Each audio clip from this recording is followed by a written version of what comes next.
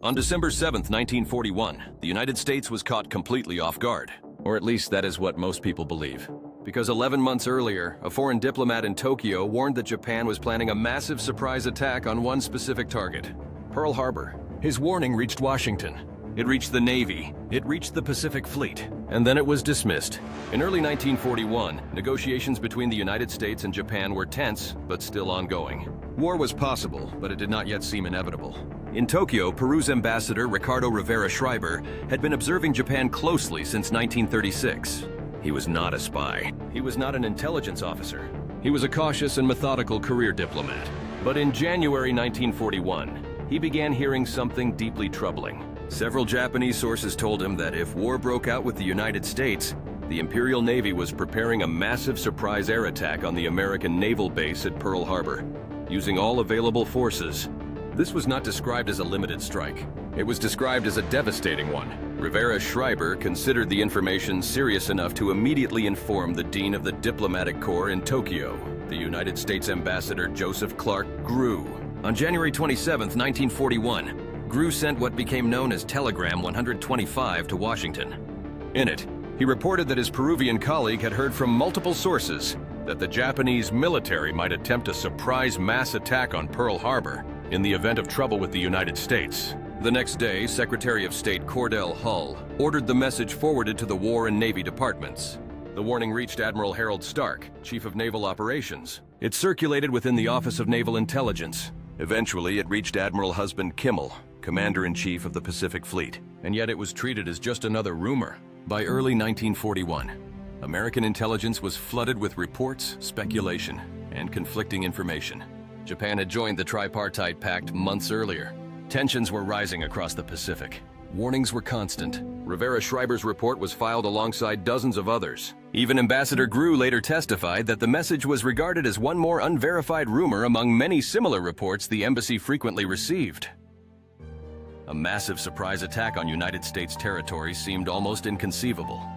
Diplomatic negotiations between Secretary of State Cordell Hull and Japanese Ambassador Kichisaburo Nomura were still expected in the spring. War was possible, but an air attack on Pearl Harbor seemed extreme, and so the telegram quietly disappeared into the archives. Yesterday, December 7th, 1941, a date which will live in infamy. The United States of America was suddenly and deliberately attacked. I ask that the Congress declare a state of war has existed between the United States and the Japanese Empire. 10 months and 10 days later, on December 7, 1941, Admiral Isoroku Yamamoto launched 353 aircraft from 6 aircraft carriers toward Hawaii.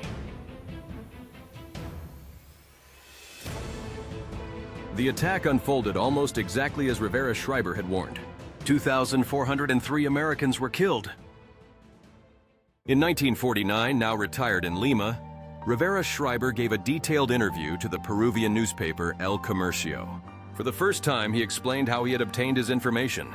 The warning had come through Japanese contacts who opposed militarism.